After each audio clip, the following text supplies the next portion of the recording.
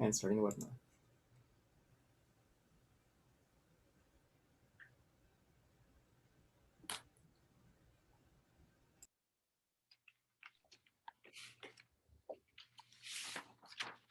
Oh, that worked. Awesome. And we'll just wait a few minutes as folks are joining us. People are logging on right now. Thank you, everybody, for joining. Is there a way that we can see the folks that are the attendees? Not in a webinar. Okay.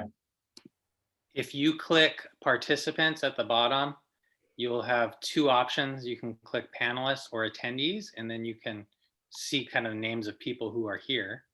There we go. Okay, cool. See them, but you can see the names of people. I did not know about that feature. I think I've never actually hosted a webinar on Zoom before. It's a great opportunity to learn for all I of us. know. Oh my God. Do something new every day, right? Yeah. I feel like I can just screen record the whole thing right now, just so I can later on go back and review. We're recording the webinar. Yeah, so we're live right now. It looks like we have a few folks that have joined us. Yeah. I want to respect everyone's time. I know we said we'd start right at 7 o'clock, and we'll have more folks join us as we go. My name is Brian Thompson. I'm one of our assistant principals at Saratoga High School, and I'm lucky this year to be working with our PTSO and our parent coordinators, Sonali and Maggie. And we also have Miss Monarchy here today, and Miss Monarchy is one of our other assistant principals, and both of us are really passionate about working with your children and helping on the education program too for our community. And so I want to thank Maggie and Sonali for their work with the PTSO. And with that, I'd like to turn it over to Sonali so she can talk to you about PTSO and introduce our guest tonight. Awesome. Thank you, Brian. Well, we're very excited this evening to be joined by Bill Lennon and Barbara Navarro. Bill and Barbara actually created a program called HEART. And what HEART is a program to help our students, and at this time they're focusing on our high school students, transition into adulthood, transition from young adults into adulthood, and empower them with the skills to be successful. They're going to talk a little bit about this, so I will try not to steal their thunder here, but I think it's really important to recognize that high school for our youth is actually the sandbox of life.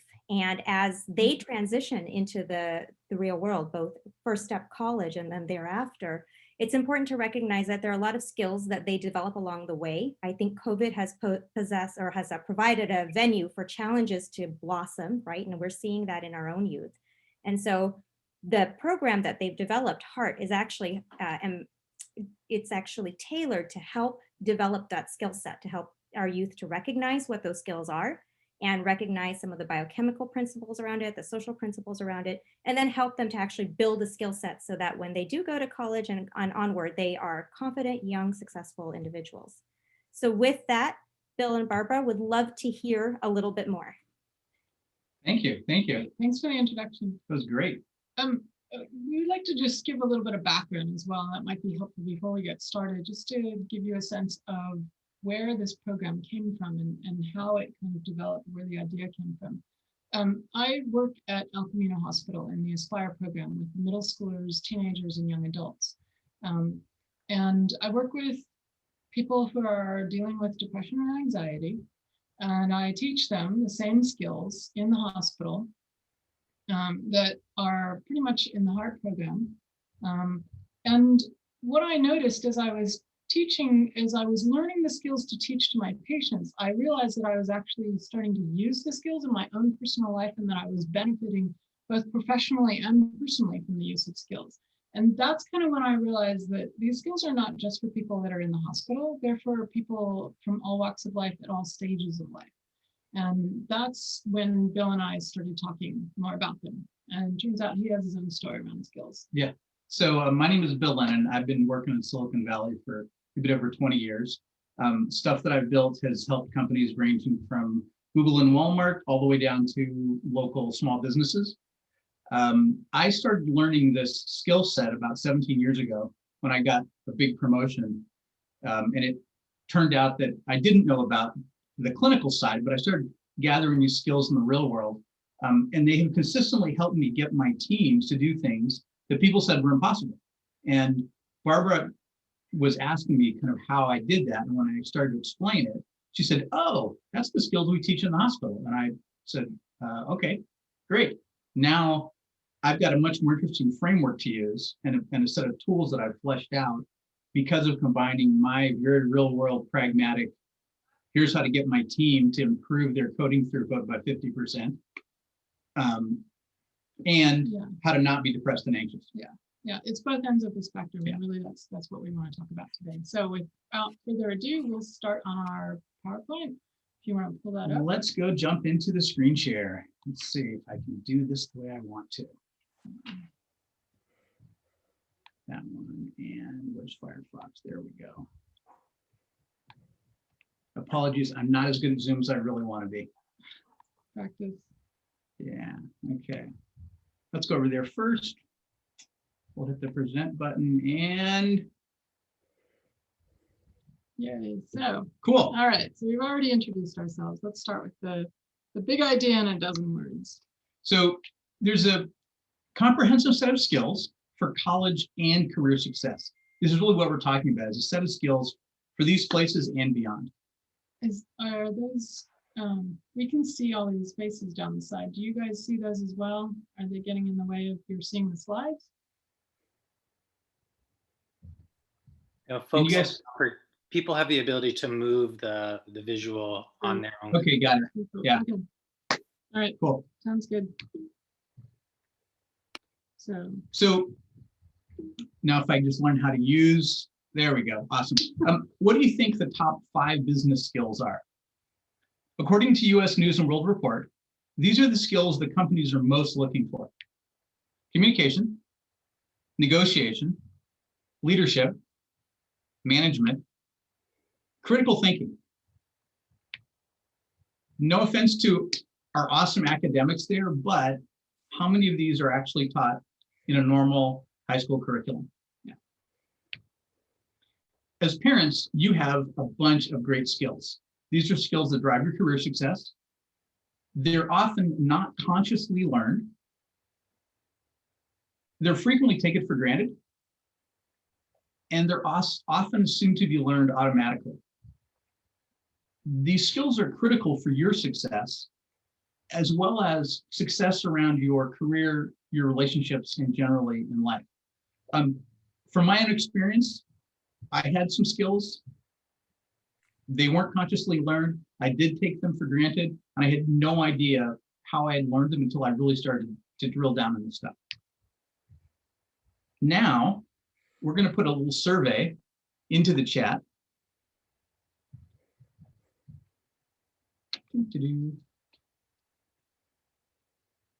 I can get this to magically appear over there. Copy and, okay, Zoom, give me a chat window. Let's see, where is it? It should be down at the bottom of your whole screen. Got it, there we go. Thank you. And then change it. Panelists and attendees, everybody should be able to see that. Mhm. If you all would jump in there and complete that, this would be great. And while you're doing that, I'm going to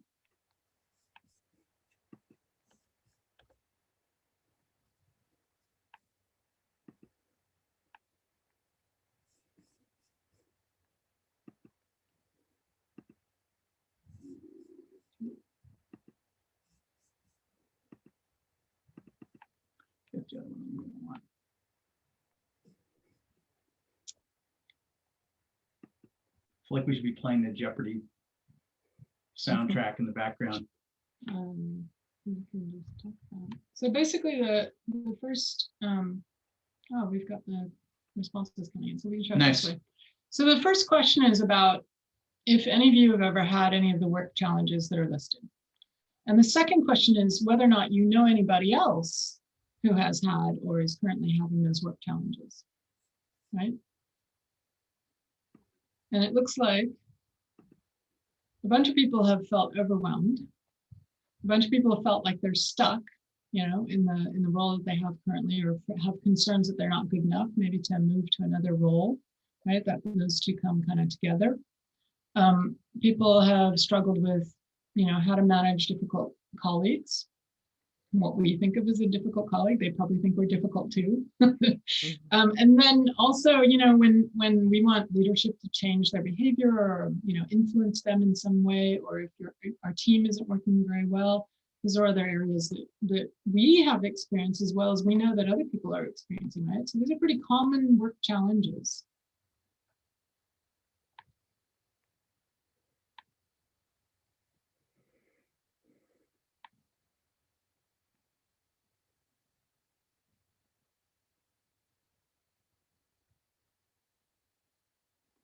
Okay, let's see. Let's go back to share screen again. And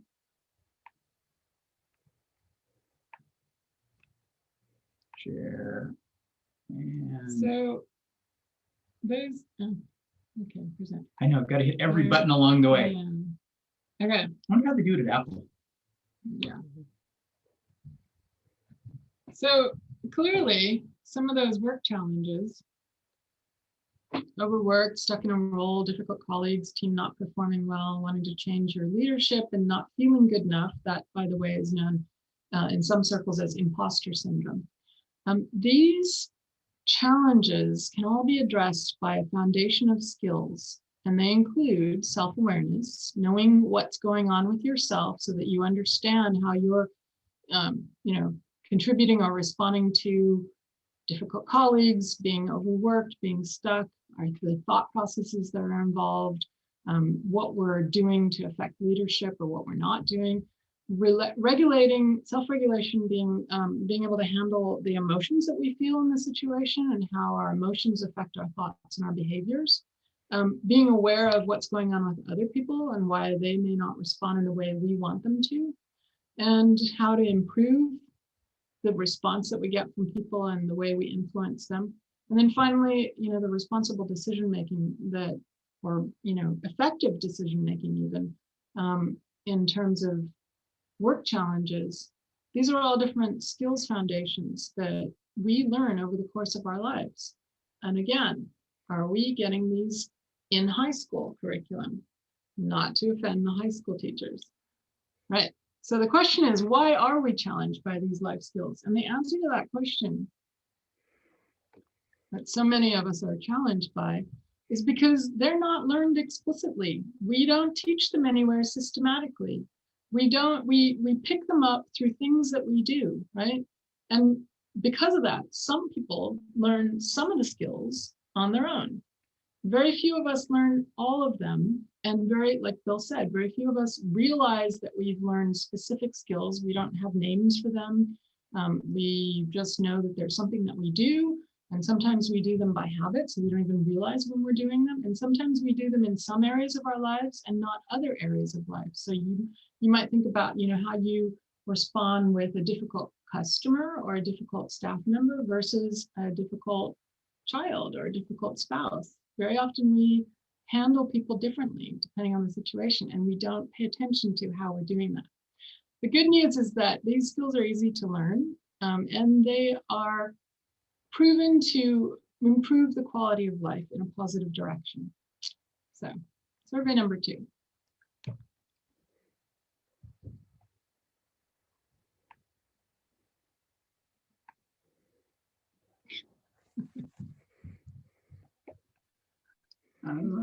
Where's the chat window again? I've lost it.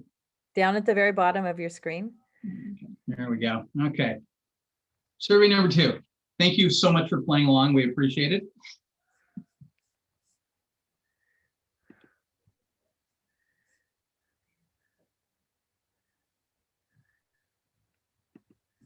I want that tab right there. There we go. Okay, so we've got responses coming in. So the question here is, do we think, are teens generally more equally or less emotional as compared to sixth graders? So, upper elementary school. How would you compare your teenagers versus upper elementary school? And then the next question, in terms of their emotionality, and then the next question is, what percentage of college students, so we've got teens and college students, what percentage of college students do you think drop out of college, or at least take a hiatus, like a break, due to stress? Yeah, so mental health issues, stress issues, all of that. Okay. Interesting responses. Okay, so we got 9 responses. That gives us a good start. So most people would agree that teens are generally more emotional as compared to sixth graders. Wait. Oh, you want to go back to the survey? Yeah. Okay. Somebody's going to get sick. Sorry. Now I have to wait for the, okay, Zoom, come on, let me have the other tab, please. Thank you. So we intuitively know that teens are generally more emotional than sixth graders. We're going to talk about why that is in a minute.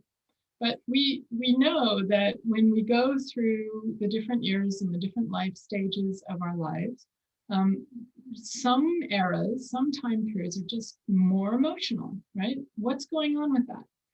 The next issue that we have down here, the next question that we have down here is, what percentage of college students drop out due to stress? And we've got, looks like nobody said 5%. Some of us said 22% said 10%. 33% said 15% of students dropped out. And then another third of you felt that it was the 20% of students. And 11% found that it's a quarter of students drop out to stress. And actually, that is the answer. So 25%, 1 in 4 college students drop out for reasons around stress. Okay, now you can switch back to the Okay. Perfect. There we go. Okay, so teens are more emotional. What's going on? We know biologically their chemistry is changing. We've got hormonal changes going on for puberty, which also make changes in terms of emotionality and vulnerability to emotions. Brain development is happening. So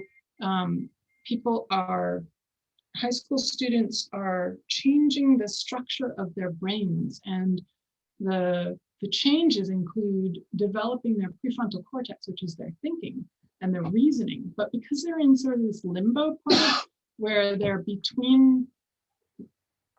developing their frontal cortex, their reasoning is a bit more of the emotional reasoning. So it seems logical, but it's based on emotions more than on full, logic.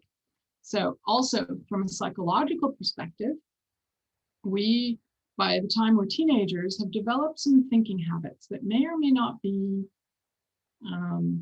maybe the healthiest thinking habits. Things happen in our childhood and middle school, and we come up with reasons as to why that happens, and we think that's the way it is. And very often it's not, but those thinking habits contribute to our emotionality. And also, high schoolers are at this point where they're starting to judge more. They're getting more social, and they're comparing themselves, and they're developing more fears, and sometimes irrational fears. From a social perspective, they're developing independence, challenging authority and their parents. So they're trying to connect more with peers and being influenced more with peers. And so there's a lot more dependence on what other people think, not so much their parents, and on being independent and making decisions on their own. So there's a lot more emotionality and vulnerability to emotionality that happens during the teenage years. And also, of course, the interpersonal relationships, dating increases, or just having influence of other peer groups and strong friendships, right, taking place in family. And then of course, there's the academic stress of high school and the impending, application to colleges, and what does that look like, and how am I going to be living on my own, and all of that, right? So lots more emotions, lots more stress. Turns out teens also process their emotions differently. So we know that they are more emotional. They have more frequent and more intense emotional responses. And this leads them to an increased risk of mental health concerns based on issues with emotional regulation, managing their emotions. Okay. So all of the mood disorders and anxiety, depression and anxiety are related very much to emotional regulation. And because of that, even if people learn in elementary school and middle school before they go through puberty, once they hit puberty, it's like they have to relearn how to deal with emotional regulation. It's kind of like, you know, this last year, we all had to relearn how to cope with stress because things really changed last year for us. And we had to be much more intentional about how we did things to cope with our stress. So it's the same thing as you're going through teenage years. Does it get better after high school? Is this me? Yeah. So we talked about the 25% dropping out of college. If they don't learn in high school very effective stress management techniques when they get to college, it's a problem, right? Because more classwork, more independence, and you know, there's less support, right? So also ineffective thought management. We talked about that a little bit before. This is, you know, the thinking habits and determining whether or not your interpretation of reality is actually reality. Increased responsibility when you get out of high school, right? And like we said, reduced support. Okay, this one's you. Thank you. Tag team thing is entertaining and fun. Yeah, we've never done it like this before. So thank you for being with us. So it's not just the college students that are having challenges. 85% of employees are disengaged at work. That is a very, very scary number. Stress-related issues account for about 200 million lost workdays per year, according to the CDC. 200 million. Yeah, that's a lot of workdays. And that cost the US economy about $300 billion. Yeah. Again, we're talking sizable numbers here. And that's not just like, you know, you're taking a mental health day. That's also chronic diseases or chronic issues that flare up, you know, like irritable bowel syndrome or other skin problems or health problems that are related to depression and anxiety, sleep problems, that sort of thing, and substance abuse, right? Yeah. So not just the actual mental health issue, but the knock-on effect from those things. Okay. And it's estimated that employee turnover, 40% of employee turnover is attributed to stress. Which is why we built the HEART program, was to really handle all these kinds of problems. All right, so our approach is very much a preventative approach. Just like we brush our teeth and we floss our teeth and we go and visit the dentist, those things that we do, we call them dental hygiene. We do them to ensure that our teeth are in good shape and they last throughout our lives. Similarly, swimming lessons. Swimming lessons make water fun, right? So we learn how to be comfortable in the water. We learn to breathe. We learn to move around. We learn to enjoy ourselves. And then it actually makes the environment a fun environment. So if we learned the skills to manage stress, something that's stressful feels more like a challenge and an excitement rather than, you know, an imposition or a major stressor, right? To a degree. As the water gets more difficult, our abilities need to change, right? So as our stressors in our life change, just like last year with COVID and the lockdowns, we had to adapt our skills and learn more skills and be more intentional about how we were using those skills to cope with those heavier environments. But again, it's preventative and it's skill-based. The other part of our approach is to practice in advance. We learn skills when we practice them in advance. Surprisingly, this is like everything else that we learn in school, right? We learn math and we learn chemistry and we learn how to read. All these things go on for years in school. That's not a foreign concept. Can you imagine if somebody wanted to learn how to read or do math because they didn't know it previously and it was their first day on the job? How would that work? You probably wouldn't hire them for your team. Yeah. All right, so what is HEART based on? A whole ton of frameworks and standards. Okay, So the castle model, which we'll talk about, all of these we're going to talk about. I just want to give you a brief overview. Castle model, biopsychosocial model, CBT and DBT, which we'll talk about in a minute, WASC, and we also include some data privacy standards in there. Right, so castle. Okay. CASEL is the collaborative for academic, social, and emotional learning, right? And it was established, well, one of the founders is Daniel Goleman, who wrote the book Emotional Intelligence, and he has a 2.0 version, I think. So some of you might be familiar with that.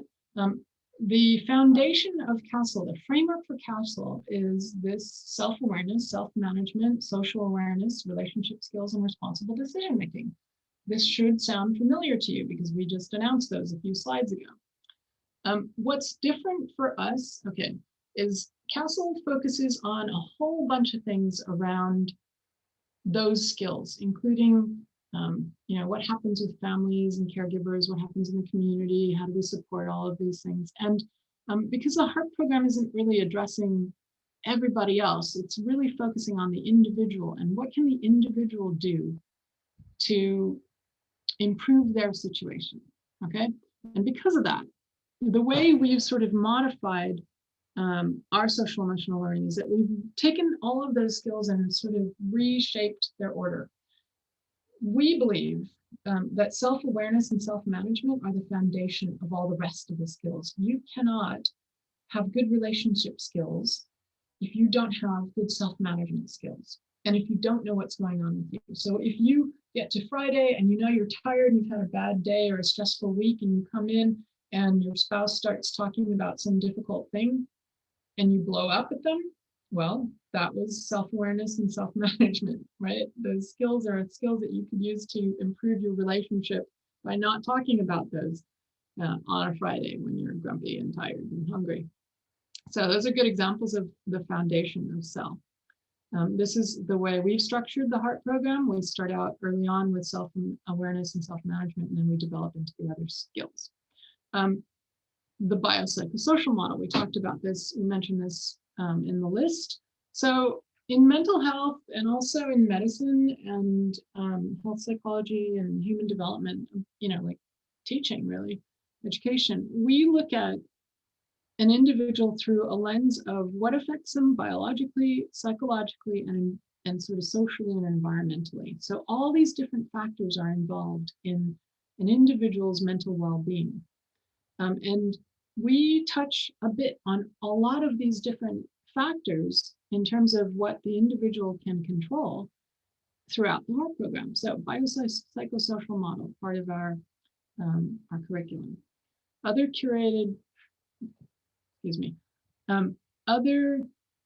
so our skills are curated. There are about like 50 plus skills in the HEART program. They are very recyclable. By that we mean we can transfer them from situation to situation. We talked about being good at talking with customers at work, but maybe not as good at home. These skills are transferable. The CBT and DBT, 30 plus years of research base and clinical proof, right? Dialectical behavioral therapy used as a gold standard for helping people with depression or anxiety, basically mood disorders, as well as cognitive behavioral therapy for helping people change to manage their own thoughts and their behaviors, basically. We've included some mindfulness-based stress reduction, which also has very good effect, and some health psychology information like the stuff on biochemistry and our neurochemistry. Our skill sets. So we organize our skill sets into 4 quadrants. The first year, as Barbara mentioned, is all about self-awareness, self-regulation, really setting the foundation for everything else on top of that. In year 2, we jump into relationships, helping people understand their boundaries. What's it like to work with a team, collaboration, leadership, and requests that work. In year 3, we're getting into persistence, growth mindset, that critical thinking that is so important, checking for data also, and persistence again, yeah. And then year 4 is all about career success and career freedom.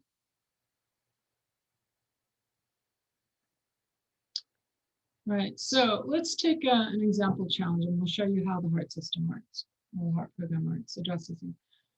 One of the things that came up in that survey was the feeling of being overworked, right? That's basically stress management. So how does that work in a typical SEL curriculum, social emotional learning curriculum? They usually have a few lessons that have to be learned and then taught by a teacher that focus a bit on breath and mindfulness, and also help the students identify ways that they cope with stress, right? Think of a few ways that you cope with stress, and now figure out where you can apply those to your own life. And that's really good. And if you already are struggling with coping with stress and your stress coping skills are not super effective, then telling somebody to just apply them more often is not going to be super useful. On the other hand, in the heart curriculum, just in the first 6 modules alone, in year 1, we talk about stress response. What are the different responses to stress? What happens physiologically in our body when we feel stressed? What are our perceptions around stress? How we view it as a good thing or a bad thing? And how does our perception around stress change our chemistry? We talk about various coping skills. We give a myriad of coping skills, including a lot of sensory-based strategies and techniques. We look at how our thoughts and personality characteristics like perfectionism or the need for external approval affect our thoughts and our behaviors. Then we talk about, what are ways that we can manage our emotions and address our lifestyle and our physical health to better manage our stress. And then even in module 6, we talk about the neuroscience and the neurochemistry around what small things can you do that change the chemistry in your brain to support your mental wellness better. How's this stuff all delivered? Well, luckily it's all online.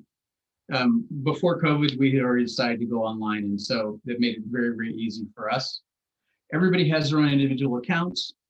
This allows the students to come in and 24 hours a day, 7-day-a-week access whenever they want to.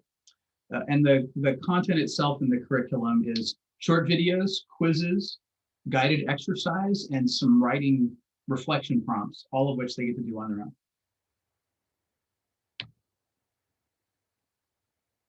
And now, before we go there, let's just really quick finish. Oh, you want to go? You want to take a look? Okay, we'll switch. Sorry. I'm going to give you a quick walkthrough. Yeah. So let's see. Okay. This is the heart program. What it looks like for students when they come in. It has. You've been logged out. You got logged out. Sorry, timed out on me. Oh, we'll just log back in again. Yeah. I don't know if you noticed, right over by where Bill clicked on the login button, there was a thing called crisis resources. You can see it up at the top in the black. Right there. Crisis resources are available through the heart program, just not major crisis resources. I should rephrase that. Basically, what we've offered is some information on suicide prevention and on noticing, right, and what to do, where to call. These are national resources, not local resources, because local resources change a lot more, right? So suicide warning signs and a risk inventory, what to do in terms of starting a conversation with somebody, what not to do, as well as reasons why you may not act, even though maybe you should, like thinking that, they were just acting that way because they were angry or sad or whatever. Well, there's a reason for that, right? So those are some of the resources. What the courses look like, or what the course looks like, you come in, you hit year 1, and there's a ton of modules in year 1, right? Module 1, stress physiology, taking advantage of stress in 2. Number 3 is managing the resilience battery. 4 is hacking anxiety, etc. Right? So if we were to expand module 2, we could see a whole bunch of the components that we talked about. These are the videos, and then the videos, we have some intermittent quizzes just to, kind of seat the knowledge or reinforce the learning. We have some reflections where we get the students to figure out how they can apply the skills directly to their own lives, and then guided exercises, perhaps like a visualization or a breath exercise or whatever it is that we're teaching related to the skills that we're teaching in that particular module. And finished by an assessment. So that's what our program looks like. And so when they come into a particular module, they'll see a video. They can play that video. This one happens to be about the complex stress response. We were talking about stress management earlier.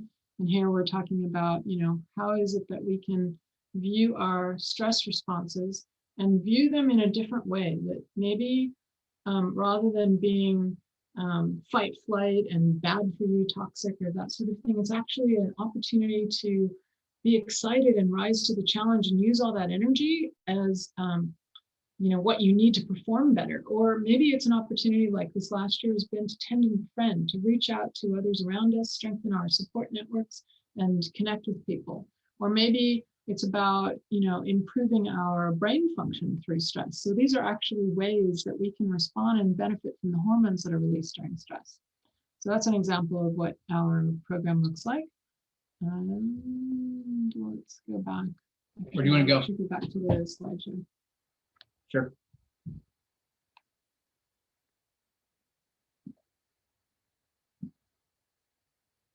So we talked about WASC. WASC is the accreditation entity for colleges and universities.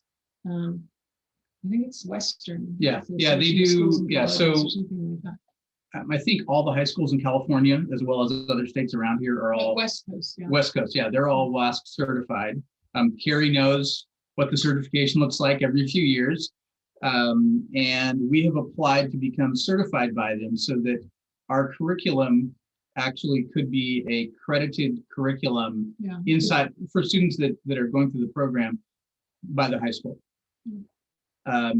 We have are also in compliance with the California Student Privacy Alliance's data privacy for high school students. One of the things we had to do was fill out an audit and go through all that stuff. That was part of the process. So what can parents do? The first thing that you can do is to try reviewing heart with your student, right?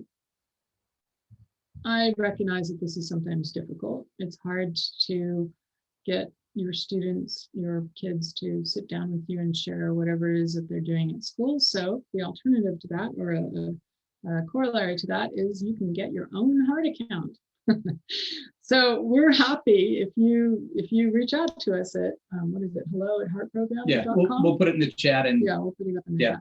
You can ask for your own free heart account, and we're happy to support the schools in that way. As parents, you can go in, learn the skills, and then encourage and support the use of the skills in your home. And now the way that I would say is best to do that is to get your kid to help you use the skills, right? Not you pushing it on them, but them helping support you, and that you're modeling for them the use of, for example, the stop skill, when you recognize that maybe what you said could have been said in a different way, and that maybe you should have stopped and said it and thought about it before you said it, or something like that. Or any other skills, learning to use them yourself and having your students help you use them is a great way to engage with them, and they're pretty happy to give you feedback on your own behaviors. So I think that's probably easier than you trying to give them feedback on their behaviors. Another thing that parents can do, and this is actually one of the ways that I think I learned some skills, is share stories about when and how you're using skills, either in the past or in everyday life, right? So maybe you had a hard day at work and you share that at the dinner table. And you say, today, I have to deal with a challenging customer or a challenging boss or a challenging coworker, right? What skills did you use, when and how? What made you stop and recognize that you were going down a path that wasn't maybe the best path? What made you realize that you were starting to get stressed or anxious about the situation and then change your physiology or do something to change your chemistry or whatever it is, those are opportunities to impart knowledge to your teams through the sharing of stories rather than lecturing. Yeah, and then you can ask them, have you ever done that yourself or had to, cope with that kind of situation yourself, and how'd you handle it? So those are ways that parents can get involved in the program. All right, Cool. that's our slide deck. So now we want to open it up to any questions or see what you guys have to say, what thoughts you may have, what concerns you may have, anything that you want to ask us. This is your opportunity. Before, as people think about questions, I just wanted to let folks know that the students are on module 6 this week of the HEART program. So you might ask your students how they're doing, progressing through the modules. And if they haven't finished a module, they can go back and complete it. And we're just I think we're doing 9 or 10 modules this year. Is that correct?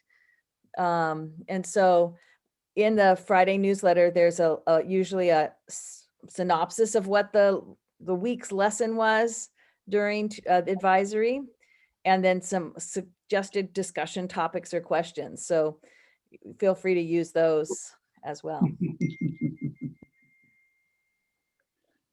We have our first question, which is awesome. If I type in the Q&A, will everybody see it, or do I have to put it in the chat? You should see it, because if you want them to see it privately, You can just answer it live.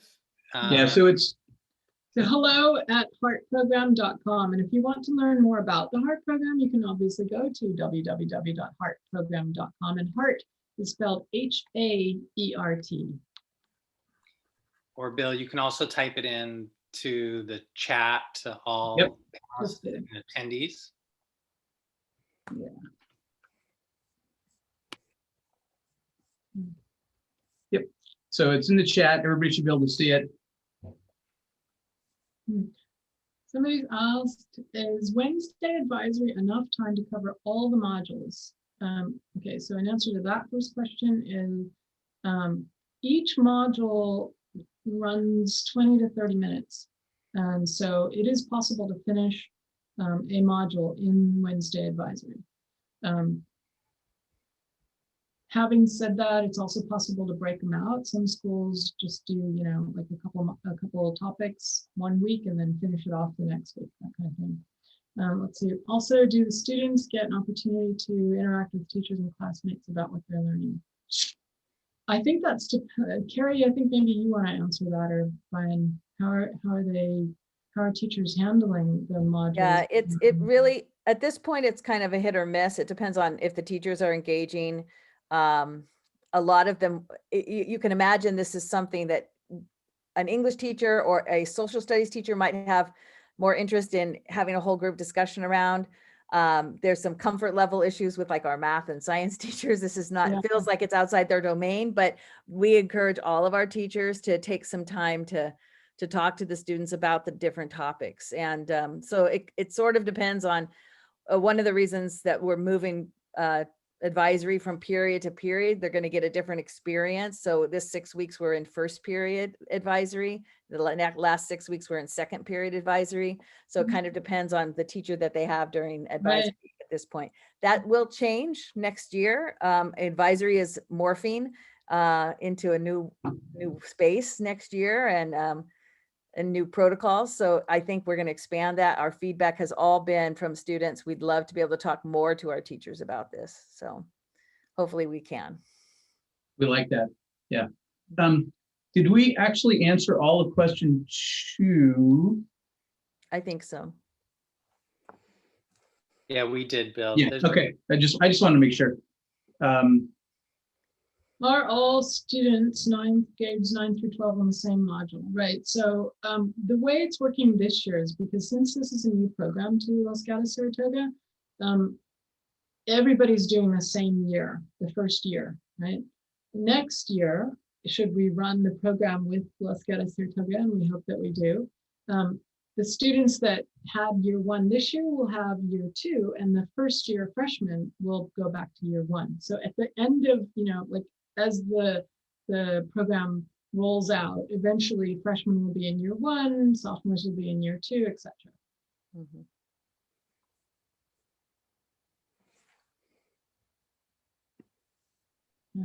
Any other questions? As others are getting their thoughts together, I might pose the question, how do you recommend bringing up the topic of whether your children are doing modules or not? Are there particular words or phrases that you think might trigger a child to say, yeah, I am doing it, or no, I'm not doing it? And then how do you get them interested? Yeah, I would start with, well, okay, so obviously if you've gone into the heart program yourself and you watched any of the videos, you'll have some information, you'll learn some skills, and then you've got some point of, you can say, hey, I'm using this skill right now, I got that from the heart program, are you finding it useful? Do you ever use any of the skills in the heart program? What do you find is the most useful out of the hacking anxiety module, or out of the the healthy brain chemistry module? And I would shape that when you ask questions, rather than saying, what do you think about it? Because teens, I shouldn't just say teens, we all tend to focus on the negative, right? They might say something like, oh, it would be so much better if we could do this with other people or in class or have a discussion about it. Okay, yes, that's true. And what can you get out of it the way it is right now? What increment can you take away from it right now as it is? Yeah, and get them to focus on that positive side of things instead of the negative side of things. Another talking point might be that Friday newsletter, because as a parent, you might Yeah. read the Friday newsletter and say, hey, I saw this was in the Friday newsletter. And then you can say, why don't you show that to me? I'd like to see it, Yeah. Yeah, that's been my line thus far. Great. Nice. Yeah. Great. So another question, is Mindful Self-Compassion Program for Teens, MSCT, at Saratoga part of the heart program? Can somebody else field that? Because I believe. Yeah, that's actually run from our wellness center. Marina Barnes is coordinating that with our Cassie therapists. So it's not a part of the heart program, but the heart program is a part of our wellness umbrella. So they're kind of all kind of as a web connected to try and help support our students. Yeah. And we're actually currently working with Marina. Yeah. And with some students on campus, including the Healthy Living and Club MHI, and Mental Health Initiative. Yeah. So a couple of the student clubs on campus to focus on how to draw the parents in, how to get support for this, how to engage in it deeper. Yeah, the Saratoga students are really engaged. It's awesome. Mm-hmm. Yeah.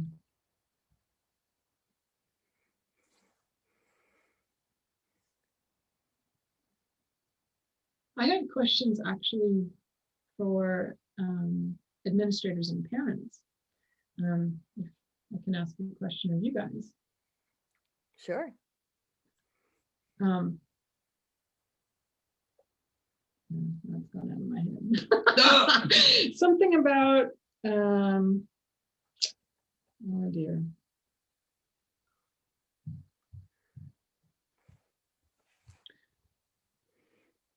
Oh, I know what it was. If we kind of know that high school academics require a lot of time and attention, right? It takes a lot to learn all of the AP classes that our students are taking, the honor classes, all the academics, and being able to get the units and the grades and all of that we want. And given that a lot of these skills, these life skills, are not necessarily taught in high school academics, and these life skills require practice, where do people imagine their high school students can gain practice from with these type of skills in their own lives? Yeah? Are your kids involved in extracurricular activities that help them make decisions, manage risks, be curious, manage their emotions, and like increase their awareness of their own feelings when they're in difficult situations, and practice the skills for handling how they feel and all of that. Where do you find your students might have the opportunity to practice those kinds of skills that they're learning in the HEART program?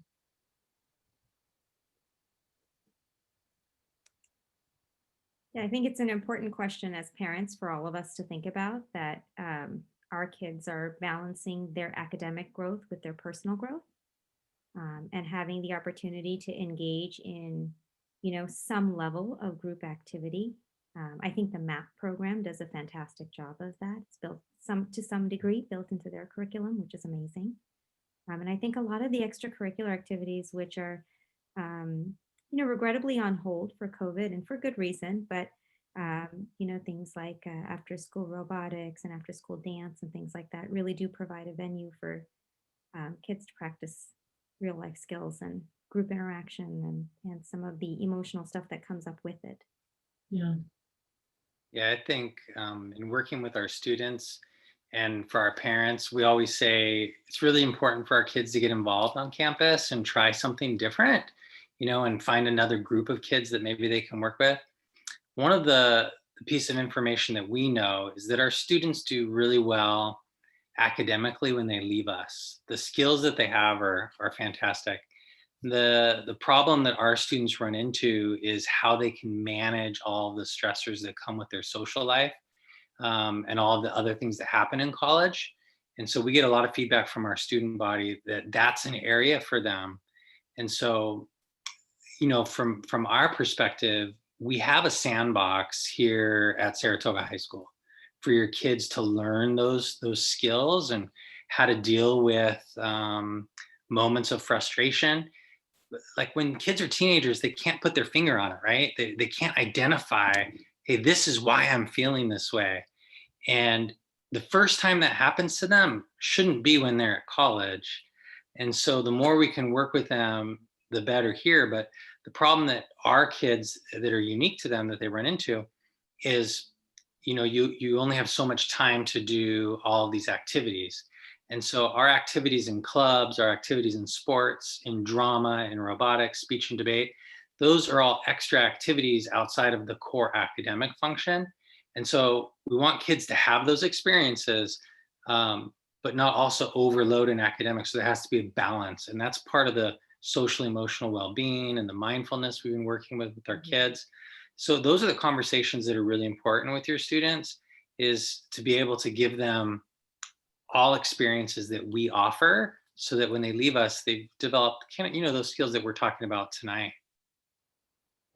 Yeah, and I would probably add, we've worked really hard with our staff to help our students be able to learn and to fail without huge stakes. That the stakes seem to be so high for so many of the students, and I don't know if they're real or artificial. Sometimes they're real, sometimes they're artificial, those stakes.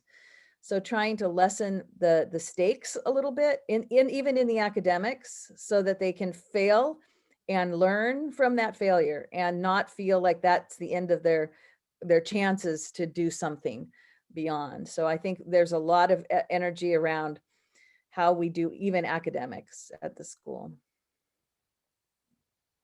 Awesome. Cool. All right. Well, conscious of the time, we're nearing 8 o'clock. What would you guys like to do?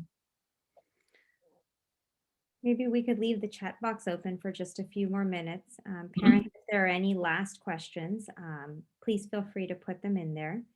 I did want to take a moment to just really encourage parents to actually go in and try to do a couple of those HEART modules. They're actually very interesting. There was one on implicit bias, I think, a couple of weeks ago.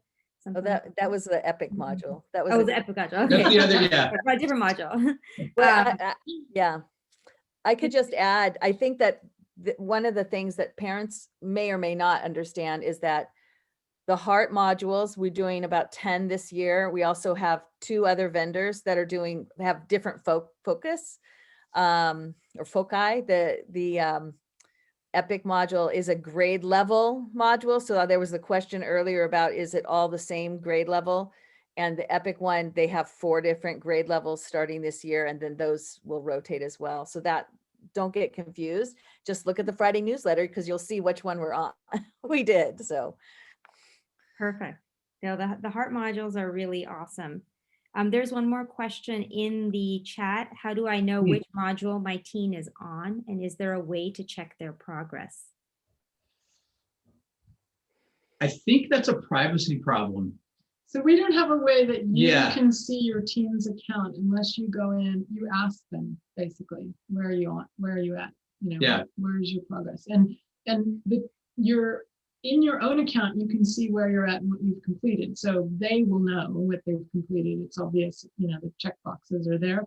But your own account, I mean, you're not going to see what, so you have to ask them. You just have to talk to them. But as Miss Monike said, you can see where we're at each week. But some of the kids haven't done them. So, you know, have that conversation and see where they're at and encourage them to go back and try when they have a little bit of free time. Yep, You they'll be can starting just- module 6 tomorrow, so. Yeah. So just email us. The email is in the chat. I think it's Hello. That Yeah. one? Yeah, hello at Heart Program, Manuela. It's actually in the, and I'll even send you the answer also. And we can put that in our Friday newsletter for parents. Oh, perfect. Yeah, The thank you, PTSO thank you. newsletter, we'll put it in there. Yep.